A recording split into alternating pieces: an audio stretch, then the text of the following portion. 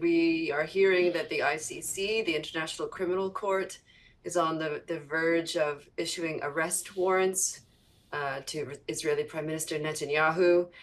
There are talks going on with Mohammed bin Salman and other officials in Riyadh on the sidelines of the World Economic Forum meeting there. And I guess it was Friday that the IDF, the Israeli Defense Force, said that they were prepared to begin the offensive in Rafah unless Hamas returns the hostages and agrees to a peace deal. Paul wants to get in here, but I got to ask a dumb question. If I'm in northern Gaza and they blow me out, I go down to middle Gaza. If I'm in middle Gaza and they blow me out, I go down to lower Gaza. Gaza's on the border with Egypt. If they blow people out of Rafah, where do they go? Well, and this is why the talks are going on with the Egyptians right now, who have not accepted Palestinian refugees, right? And a corollary to this, which I think people forget, is that during the war in Syria, Turkey accepted large numbers of refugees from that war. A similar agreement has not been forthcoming with Egypt. They don't want to get stuck with a lot of refugees, and they have their own security concerns to be mindful of.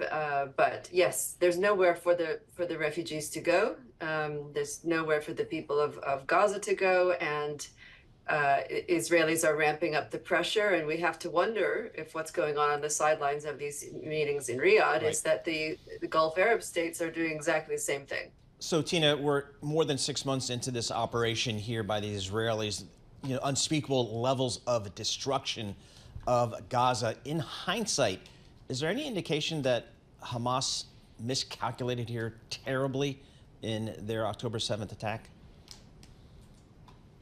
Well, it's hard to see what they've gained apart from putting the Palestinians back on the agenda. Remember that, just 6 months ago, really, people were talking about this impending deal, normalization between Israel and Saudi and others that would have paved the way for a lot of regional economic integration.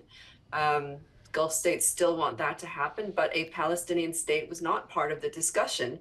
And then, we've entered this kind of hellscape of the offensive in Gaza, the Houthi rebels, the recent exchange, kind of unprecedented exchange of missile fire.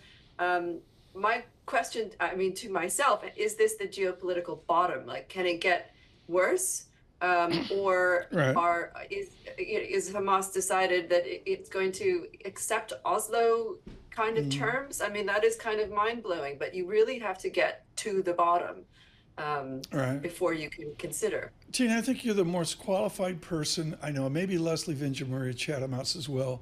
But Tina Fordham, you are more qualified than anyone I know to talk about the college protests in America, wrapped over to 1968 and all the work I've done on that with Guy Sormont of Paris and others. Yeah. How do you treat the protests in elite schools in America within the filter that you have of diplomacy and the history of protest?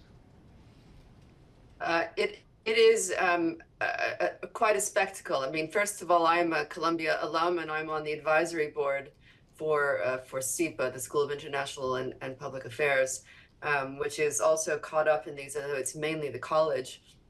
I don't think this is 1968, right? I think that this is identity politics in the United States that has now incorporated a foreign policy angle. I think it's incredibly difficult for the university administrations to balance their commitment to free speech and to the community that is a university with their Title VI obligations. They've got to protect students, and the whole spectacle seems to me, and I sit in London, where I have for a long time, to be a culmination of the culture wars, and in some ways the TikTokification of very complex issues.